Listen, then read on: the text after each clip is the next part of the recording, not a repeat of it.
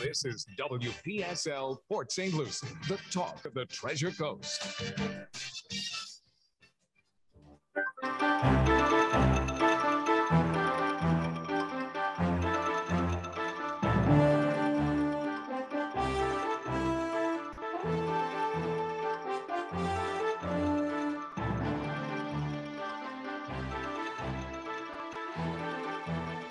Well, a very pleasant good morning and welcome to Money Info with Mr. Charles Moskowitz. Good morning, sir. Hey, how are you doing, Greg? How come you're wearing a sweat outfit? Because it's cold. Well, is it as cold as it is down here in Florida? It's not even going to hit 70 today. Yeah, bite me. So, Greg, I just want to touch on a couple of things really quickly before we bring Todd in to talk about his company. And the two biggest items, I think, today are probably Google and PayPal. Google, phenomenal earnings, great growth, and I think almost more importantly, a 20-for-1 split. So, everybody says that's just arithmetic and it really doesn't matter. It's just more shares at a lower price. But the fact of the matter is there are people who like to buy round lots, 100 shares or more. They don't necessarily want to go to Chuck Schwab or Fidelity and buy $345 worth of Google. And this gives them the opportunity. Now, the stock was $2,500 8 days ago.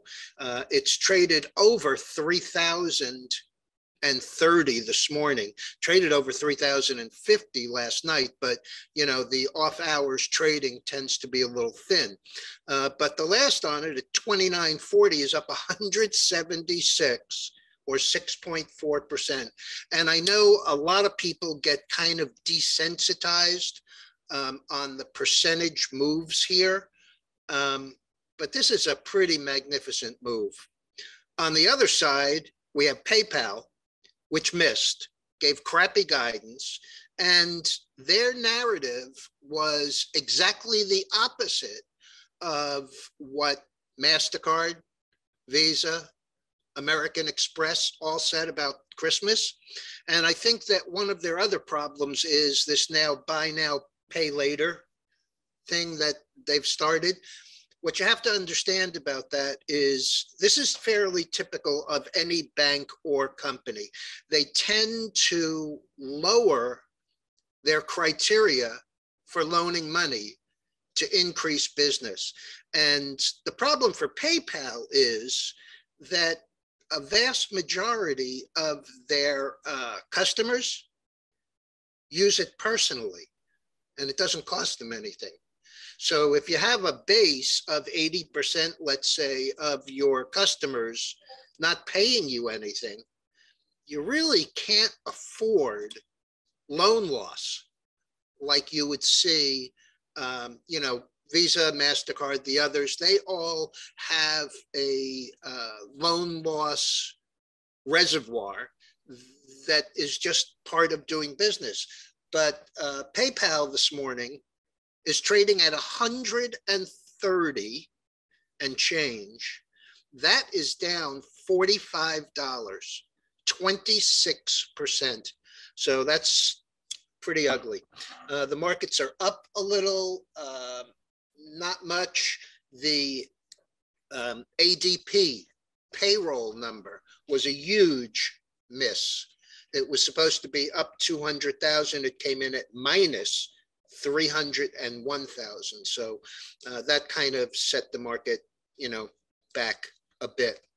And the one thing I want to ask you, Greg, personally, is the NFL really the cesspool that they're talking about, especially with the Dolphins, with Ross wanting Flores to throw games so that they got better picks? I refuse comment. See, you're talking to a guy who sat through not one, but two NFL Raiders trials back in the 80s And if, well, that's why I asked you, Greg. yeah, if the public knew just half of what was in those court affidavits on the backgrounds of some of these owners, they would shudder. That's all. That's all I can tell you. What's interesting to me is the fact that everybody complains about the pay for corporate CEOs. Yeah. But your NFL corporate CEO got paid $140 million last year. So, where's the equity in that? I know it's the whole thing is just, it's the underbelly. That's why the Rooney Rule was put in place, because these guys aren't into diversity. I'll leave it at that. And, because they're big corporations where they've made their money is mostly one color. I mean, I heard I'm not much for diversity for the sake of diversity. I think best person getting the job is really the best way. Correct. I heard two guys talking this morning on CNBC who were actually discussing the lack of diversity in special teams coaches, offensive coordinators, defensive coordinators. I mean, that to me makes less than no sense. It makes almost as much sense as the Redskins changing their name to the Commanders. And, there are still teams like, I don't know, the Kansas City Chiefs. Well, anyway. and I know a lot of father-son combinations who've been coaches. I know a lot of other relatives who've worked in teams. And there again, they're usually the same color. So, I don't know. But I mean, it's just, it's the pendulum is so far in the wrong direction. It's unbelievable. Yeah. He'll never work again in the NFL. And I'm sure he's well aware of that. Yeah. But it's something that should have been discussed decades. Well, he'll write a book and he'll do speaking tours. Yeah. And probably make more for less. Yes. Have the pressure. Okay. So this morning we have two guests, and the first is Todd Shapiro. He's the co-founder and CEO of Red Light Holland. There are two symbols for the stock because it's Canadian. The symbol is TRIP over there. And the US symbol is TRUFF. All of our US symbols for Canadian companies end in either a Y or an F. But Red Light Holland is one of the leading players on the recreational side of the psychedelics industry. And I'm going to turn it over to Todd because I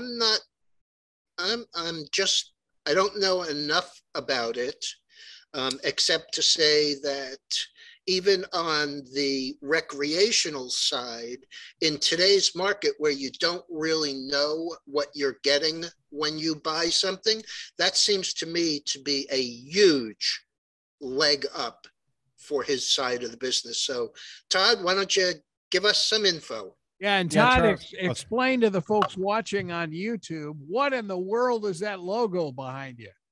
Yeah, no, I appreciate that. So yeah, we're doing live radio. Charles, thank you so much for having me on. I'm formerly from the radio industry. I did it for almost 20 years in Toronto, Canada. I did about 13 years on a top rated morning show. Typical, Zoo Crew shock jockey stuff, believe it or not. Before, you have to kind of be very careful of what you do say as the CEO of a publicly traded company. It's quite the opposite. And actually, one of the hardest parts of my job is not just being unfiltered and talking, but you have to be careful, of course, for material things. And then I worked on Sirius XM for 7 years. So I love doing radio. So first and foremost, I just want to put that out there. Thank you for having me on. You're hired. Sure. Yeah, the logo is interesting, right? So, being in radio, one of the things obviously that you all would know very well is that, market share is everything, and you got to keep in the public knowledge very quick, very, very efficiently and very quickly. You can't take a day off. You can't sleep one night and have a boring show the next day. So for me, when we brought Red Light Holland public, and I'll get into the whole business in a moment about magic truffles in the Netherlands, it really was the brand first. I always believe that a brand is more valuable than a commodity. And people can kind of go, oh, well, how are you branding psilocybin? Well, we are. I mean, we have this really cool logo. Our name is Red Light Holland, and we made it a much friendlier logo. We made it a little softer, not that red. If you think of psychedelics, you want to be in a space that's friendly. Set and setting is always talked about. And you want a logo, to be honest, that kind of speaks to you. And our original logo was a little bit grumpy looking, weirdly, when you were on psychedelics. And you want some comfort. So we had a famous designer in America. His name is Karim Rashid, named Time Magazine Structural Designer of the Americas just last year. And he designed a logo for us. And so to answer your question, that is the logo there. And you can buy merch at imicrodose.ca. But, so I'm putting it out there again, brand first. But let me get you to really what the business is. And we're just so amazed of where we are based on the fact that this was kind of a concept a couple of years ago. And Charles, if you don't mind me just rambling on, I'll give you a little context. Thank you so much. I'll give a little context as to how I got in the industry. I was doing radio, and to be honest, I was getting a little tired of it. It was a lot of work, and I felt the days of really being able to kind of do what I used to do wasn't quite there. I was trying to find a middle ground, in this crazy divided world we're living in right now. And the middle ground is kind of a lonely place to be, but within that middle ground and balance, I got to at least speak to guests that we'd go deep into like personal lives. And one of the common themes was like anxiety, depression, suicidal thoughts, all this kind of like, it was amazing how many people were struggling, and like very talented, creative, successful people, actors, artists, sports athletes, you name it. And I kind of did a deeper dive, having suffered from a lot of anxiety in my life. And one of the things I came up with was, wow, this world of psilocybin isn't being explored enough for naturally occurring access now. I get the drug discovery. I get the bigger companies like the Compasses and the Atais and all the power to them with all the money they've raised to try and be the next big pharma company, to have a standardized, patented dose of some sort of psilocybin, LSD, whatever it may be, to help with a mental health crisis. But we felt that there has to be a more equitable and affordable access route.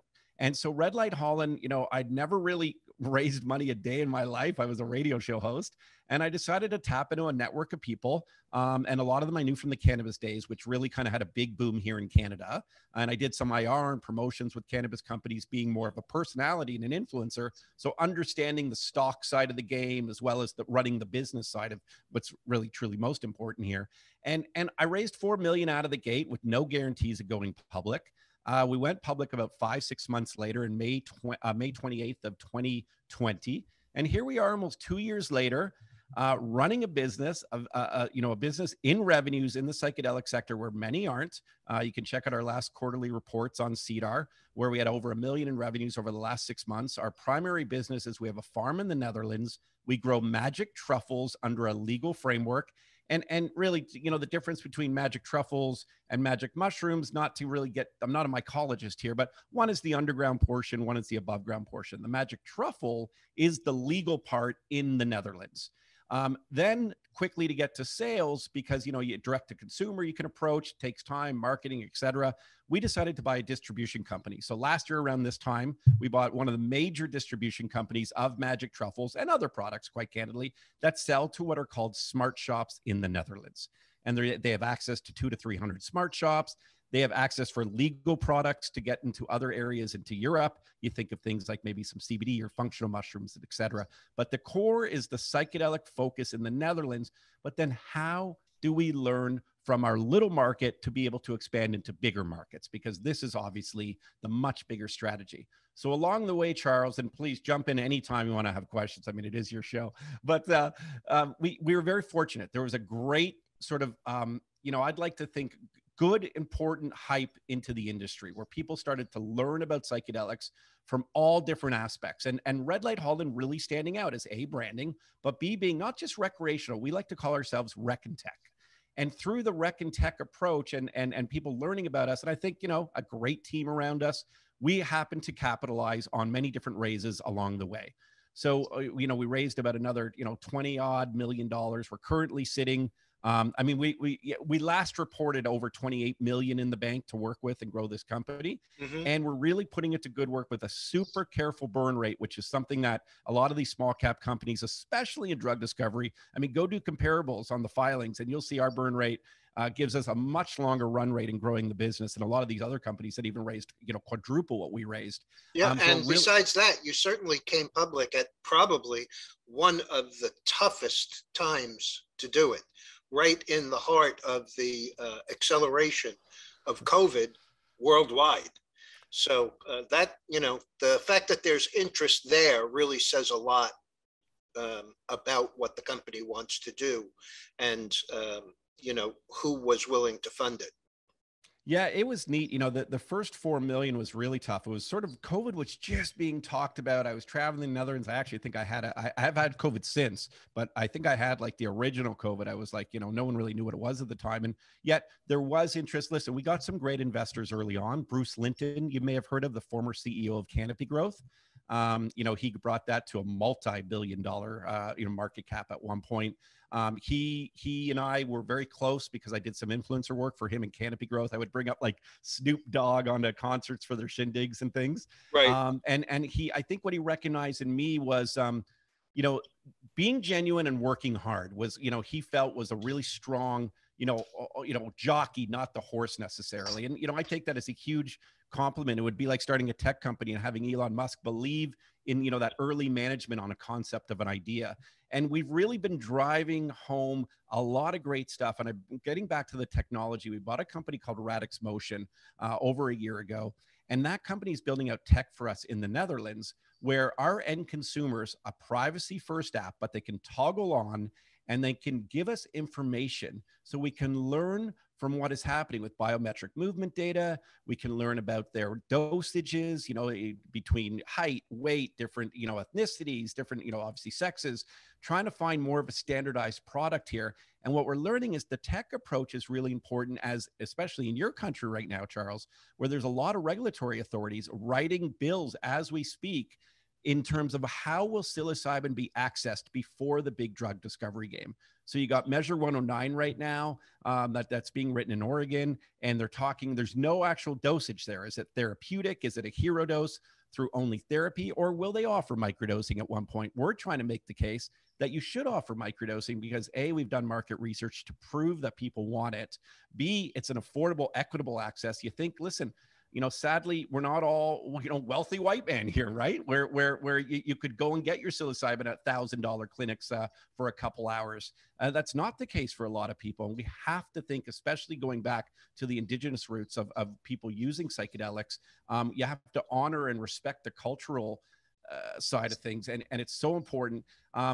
So we're looking very closely in Oregon Measure 109, and we have a lady, Sarah Hashkas, who's making big pitches to them. Even right now, sorry to interrupt, I think you're about to say something, but Washington Bill 5660 is literally on the table right now to move forward to psilocybin. And how will they approach it becoming legal one day? Will it only be through what they call hero doses or microdosing as well? Okay, so I have a question because we had somebody else on last week who made a very specific point of the difference between manufactured and naturally grown. It sounds like you are exclusively naturally grown. That is correct. We are naturally grown, but we're making sure that we go through stringent testing. So ironically, in the Netherlands, it's more complicated to test our product than it is to get it into Canada. So twice now, we've gotten Health Canada to give us our psilocybin import licenses. Our product, a consumer packaged goods product, keep in mind, has been shipped over into Canada. No one in the world has ever done this, shipped like a consumer goods, psilocybin product into a lab called Seacrest Laboratories, which is in Montreal. And they've I saw your announcement on that yesterday. Oh, thank you. Yeah. So, we've done 2 rounds of testing. Pretty phenomenal stuff. We're learning about the dosages. We obviously want to one day aim to get into more extraction methods or tincture methods or pill or capsules that are standardized with the naturally occurring product. And we will work towards that goal. In the meantime, it's sort of a tortoise and a hare approach, right? We don't want to push the boundaries. You don't want to do pumpy press releases saying we're going to have this product one day. You want to work closely with the governments and, quite frankly, not upset them. You don't want to poke the bear too much. You just want to work at their pace. There's a lot of bureaucracy, and slowly they'll learn more about our truffles, hopefully one day even magic mushrooms. Canada has what's called the Exemption 56, Charles, and the Special Access Program. So two different programs that they're allowing Canadian patients who are either terminally ill, very sadly, who want to come to, grips with their sad, sadly their deaths, or even those who have severe trauma. They're allowing them through these two different programs access to psilocybin. But the weird part is, and it is weird, they're not telling them where to get it yet. So we want to work with Seacrest Laboratories, and it's our goal, which is a lot of companies' goals, obviously, to be that supplier. And in the interim, even though we're a capital markets company, and bottom line, of course, matters, and quarter-over-quarter growth is the key to growth, is we do want to offer it on a compassionate grounds right now, if we have that ability. And that's that press release. You saw that through Seacrest Laboratories, right, who is one of 16 suppliers granted by Health Canada for the Special Access Program. We want to try to get more product in and be able to supply to those in need on compassionate grounds and learn more about it. Things like PTSD, depression, etc. Yeah, we can't make medical claims as a company, but anecdotally, you can just go and literally type in microdose on Twitter, on Instagram with a hashtag, and learn about it and read the stories or watch the videos of people talking about how incredible it is. We've obviously seen some FDA breakthrough status too for the bigger companies in drug discovery to learn more about it. But on the naturally occurring side, Charles, I sort of laugh, and I shouldn't laugh because it's, one day I think it'll hurt where we want to be a little bit, but the illicit market feels like it's bigger than ever. You go on Instagram and people are advertising, microdose, magic mushrooms. They're easily accessible and no crackdowns. To me, that's, I think a little bit nerve-wracking for the future, but in a way, a positive sign that governments, I think, are more opening their minds to progressive ways of getting access. That's an interesting term to use. Well, they're not cracking down. You don't see these big drug busts or these big SWAT teams coming in and stuff. You don't hear stories of big factories being raided. So I think slowly we'll get on the regulations. Then they shut down those operations. And I think they look to companies like ours who have filed audits, have gone through a prospectus deal, who are obviously very transparent in disclosures and filings, and follow every jurisdictional law that we can. So, I think that's the ultimate goal for us. Hey, Todd, you're on the right radio station. We're getting more and more people listening and tune in the Scandinavian countries. Yeah, that's the Netherlands. I think that's fascinating. What are we talking about relative to cost on the basis of individuals paying versus insurance companies accepting and giving codes for product? Sure. I mean, and depending on obviously if you have health insurance or not, and Canada, right, it's a little different, but for a pack of microdosing right now in the Netherlands, it's about 18 to 25 euro, $18 to 18 euro to 25 euro. We think we could obviously duplicate those costs. We want to make it affordable and equitable for everybody. And I think what's going on right now is we're talking to the regulatory authority bodies to say, hey, listen, we understand though that you want to regulate it. You want facilitators involved, and you're going to want to understand where this is going. Because listen, it is a sensitive drug. If you take too much and you're not in the right setting, there could be contraindications. We understand that.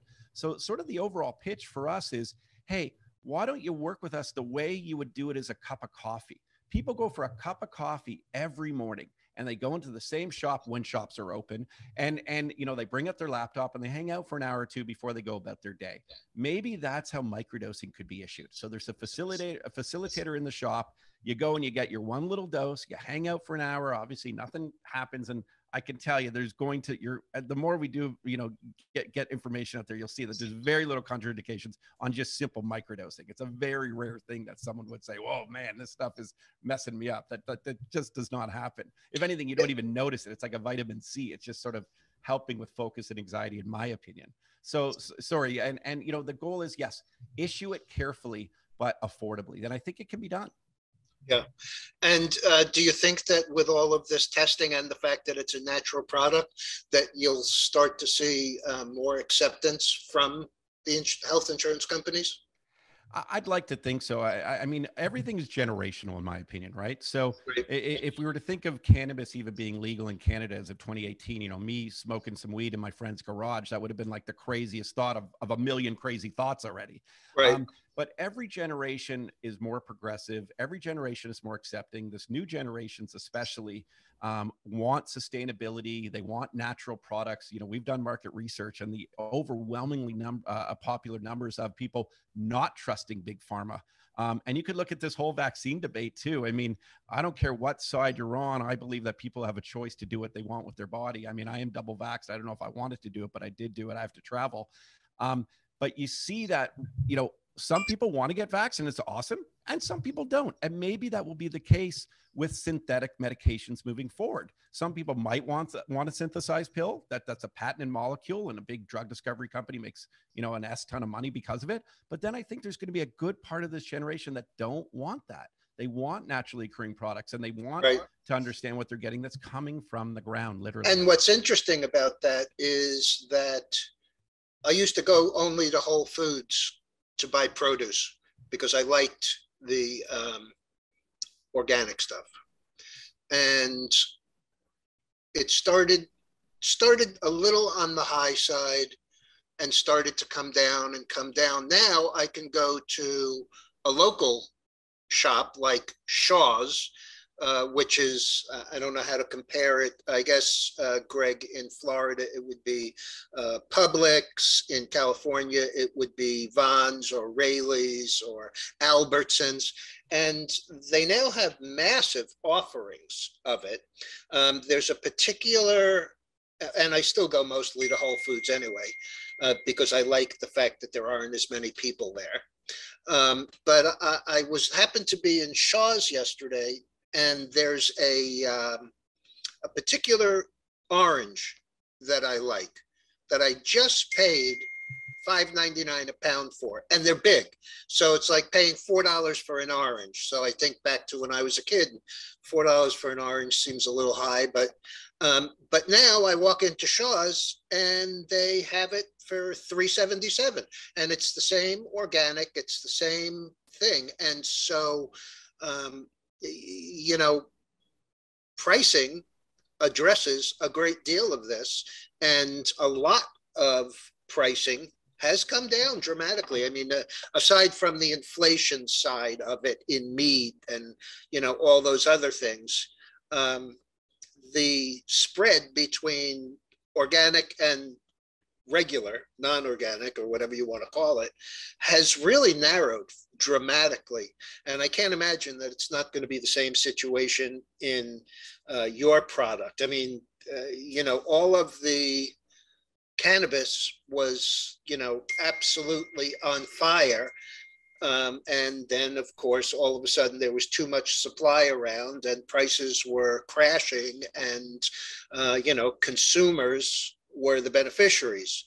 So now you're looking at, you know, your product, which is really positive as far as its effectiveness for those things like PTSD and depression, things that we really haven't had a lot of success dealing with. And not only are there more products, but those products are becoming more reasonable. And, you know, that really says a lot about the way that Red Light Holland can grow in both directions. It can grow in size, and it can grow financially just because of greater acceptance, even though prices may be lower. Yeah, well, and well said. I mean, I think the margins are great in mushroom farming, by the way, and we're everything that you said is sort of what we believe in, obviously, and we are setting a great foundation. Though you may see the toque I'm wearing. It's not just because I am in Canada, and actually today's not bad at -1, but you know, a couple of days ago it was -32 here. We bought some farms because the foundation of infrastructure, of know-how, of IP, of growing, of shipping is really important to us. So the farms are in Canada. One is in Halifax, and it's a home grow kit farm where they make home grow kits. And that's what I'm wearing, Happy Caps. So if you go to happycaps.ca or to Amazon and type in Happy Caps, you will get legal exotic mushrooms for your home grow. And I encourage everybody to order them. Like, they're really cool products. They're that Right. kind of organic feel. You open it up, you spray it, you mist it, and out comes either lion's mane or oyster or shiitake mushrooms, depending which kit you order. And it's like it not only is it literally growth, but it's growth in knowledge. It's really interesting to learn, and you consume them, you cook with them, and they're and people love. Yeah.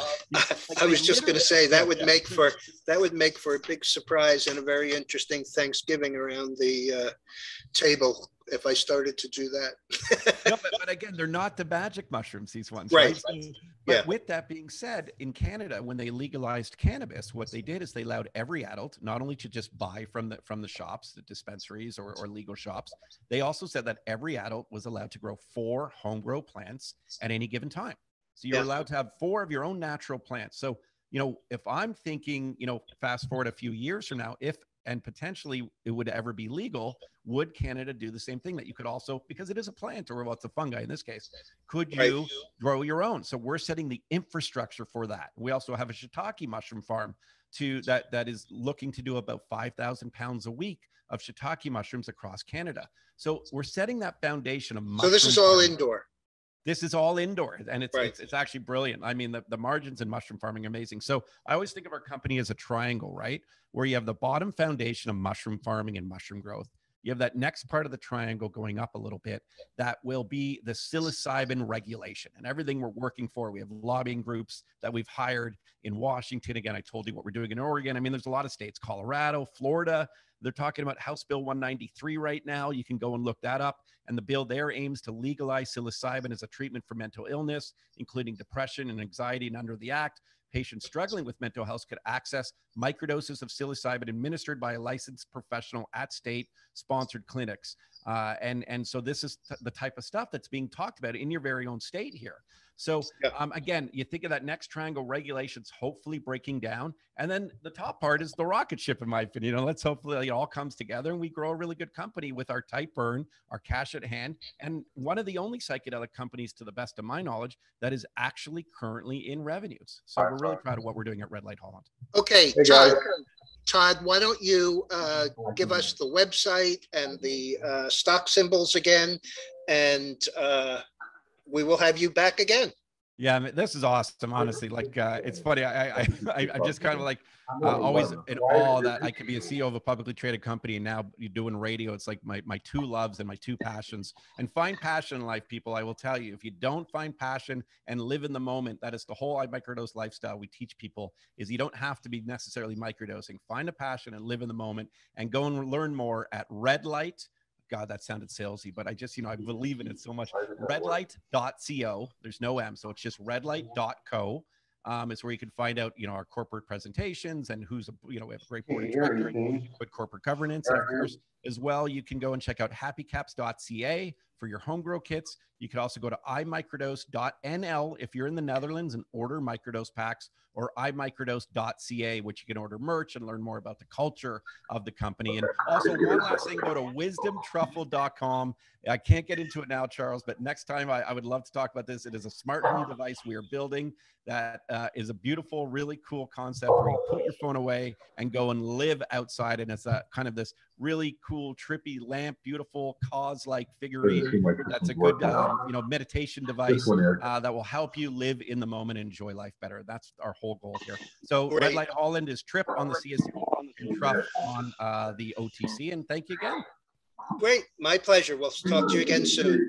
Okay. Cheers. Thank you all. Thanks a million, Todd. Good job. That's an amazing product. Yeah, keep her going. All right, really Charles. Appreciate it. Okay, Greg, you have need to let Jacob in. Hello, Jacob. Hey, how we doing? Can you guys see me? Can't see you. Cannot see you. It says James. Can't see me? Okay. Hold on. Okay.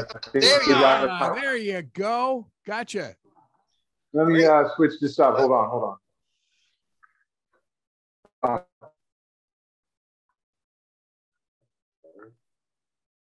Working on their camera as we speak. Yeah.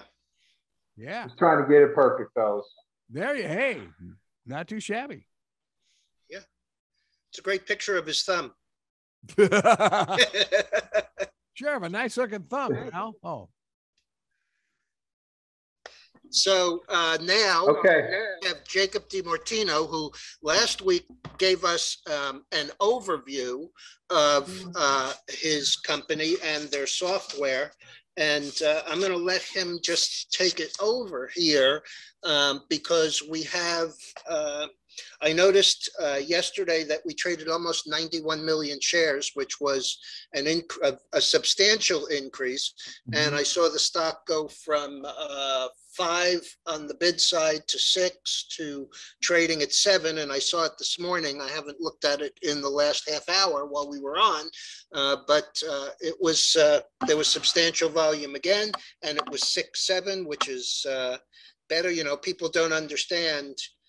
They're so desensitized, as I mentioned about the Google and the PayPal moves. They're so desensitized, but you know, move from 0.00055 to 6 is 10%, and at 7, that's another 16%. So, you know, we're getting a little bit of recognition. So why don't you talk to us about the deployment of the software and where you think we're going now? Sure. So thank you for your time again, too, Charles. You know, I'm excited to announce, you know, today at about 10:30 a.m. Mountain Standard Time, which is, you know, pretty soon from now, I'm going to be walking through the final steps of deployment with my app developers. We're going to, you know, at that point in time, once everything is agreed upon, we're going to submit it into iOS and Android. And, you know, I'll be putting out news to follow that up as well. And basically, you know, we'll have a couple-day lag time, and then, you know, we should be live and good to go. That's great. Very excited. Yeah. Okay, so last week we talked in general. Would you like to discuss any of the specific areas that you're seeking to be that, let's just call it voice of calm, or at least way of keeping track of what's going on with our kids and grandkids? Yeah. Could you repeat that one more time, Charles? I didn't hear the first part. Oh, I said, well, last week we talked about the software in general and the overall issue, but there are very specific issues. There's the issue of suicide. There's the issue of bullying. Right. Yep. And so I'm just kind of like to give you free rein to discuss whatever of the specifics you'd like to get into. Sure. I think it's really important to address the biggest elephant in the room is suicide. You know, it is everywhere. And we are plagued by kids taking their life from really being cyberbullied online. You know, the statistics are overwhelming, but, you know, you're talking about 9 out of 10 times cyberbullying when kids are being zerged. Zerg is a term, Z-E-R-G, where there's 7 or more kids bullying one kid. When that happens, 9 out of 10 times that child is in what they call suicidal thoughts, or then they start posting about suicidal content. You know, this is something that happens all the time. So zerging is something that a lot of people don't even know what that terminology is, but that is a term where you have 7 or more kids that are bullying one kid. Body shaming happens all the time. And that's another one that leads into suicide a lot. And the reason I say those two is because those two are prevalent among young kids on social media. You know, whether it's creating a meme, whether it's in a group message, you know, on social media. Sometimes kids think it's joking with their own friends, but it's taken too far.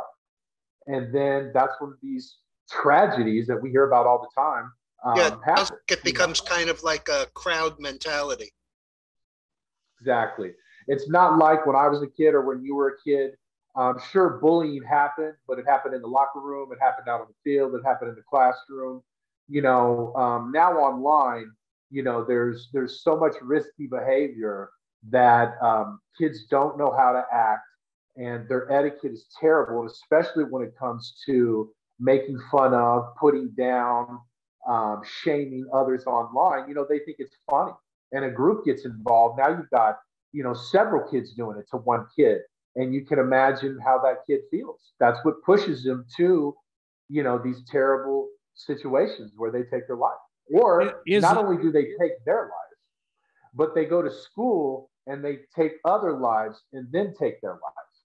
And that happens all the time. And we saw that ever since, you know, now I'm going back to Columbine, obviously. That was one of our first mass school shootings, but that didn't have anything to do with the internet or social media. But since then, if you look, you know, and just calculate how many school shootings there have been, a lot of that stems from bullying. A lot of those shooters, a lot of those kids that come to take violence have been picked on and been segregated, you know. And hey, Jacob, question two, is the body shaming mostly with girls? What's that? Is the body shaming mostly with girls? You know, no, it's not. It's widespread. You know, it's, you know, statistically, girls do, you know, have larger numbers in that type of etiquette. There's no question. But, you know, you're forgetting too that homosexuals, transgenders, they get targeted quite a bit, especially nowadays online. So those groups get a lot of hate. The LGBT groups get a lot of hate. And when it comes to body shaming specifically too. So, but, you know, to say it's just one group that does it more than the others, no, it's very widespread. Yeah. And, you know, girls tend to be a little bit more self-aware in those early teen years than boys. I remember one of my stepsons who is redheaded, and I was a redhead, and I never heard any of this. And he came home, this has got to be 15 years ago, came home from high school and was talking about being, you know, ridiculed for being a ginger. And I said to him, what the hell is that? What do you mean a ginger? And he said, well, redheaded. And I said, huh. So, I mean, it can get very, very specialized as far as focus and, you know, pick up on something that, you know, is something that nobody has any chance to do anything about. You're, you know, you're a redhead or you're a brunette or you're a blonde or whatever. And for him to be concerned about it at high school age just astonished me. Yeah. Yeah, it happens. The kids will pick on you for anything. They pick on the good-looking kids, the ugly kids. That doesn't matter. You know, I've seen incidents and stories of kids that, you know, have Down syndrome that are special education. You know, it's really, it's sad that they target those people, but it, you know, it happens. And hearing that story of your stepson having red hair, I can imagine. You know, that's anytime somebody's a little bit different, they're a target. For all this type of stuff. Yeah, it's pretty interesting and very disturbing. Also, I think, especially now, where both from the standpoint of COVID and the standpoint of video games, I think that kids are also a little less socialized. And because they're a little less socialized, they have less experience in how to deal with this stuff. So if you don't really nip it in the bud and give them the tools to understand the why of it, or how to deal with it, or how, you know, it really is a very big cross to bear. Yeah, agreed. It's got to be something that parents stay vigilant about. You know, they have to stay vigilant. And just, you know, when it comes to your kids, it in this society, you know, as you just said, it's unprecedented what they're exposed to and the kind of things that I never thought that I would see in my life, especially with going into the new metaverse and all the online dangers there. You know, parents have to stay vigilant, have to. Well, it's like anything else. There needs to be a balance, but you don't know what you have to add or subtract from that balance if you're not informed about what's going on. Right. Exactly. A parent can't really assess the situation unless they have the info. You keep on hearing data is everything. Data is everything. This is just seems to me to be the parents' way of keeping up with all of the data that's being usurped every time that your kid goes to a different site or something. And they end up learning more than you do. Mm-hmm. Exactly. Great point. I mean, that's a tough one for parents. But this seems, your product seems extremely helpful in that area, especially since, it's not a one size fits all vis-a-vis knowing what's going on with your kids. It's not a one size fits all for how you handle the difference between the beginnings of drug abuse versus depression versus, some other psychological problem that, your child is exposed to. And so that's one of the reasons that, I personally have found your product to be, super important in today's market.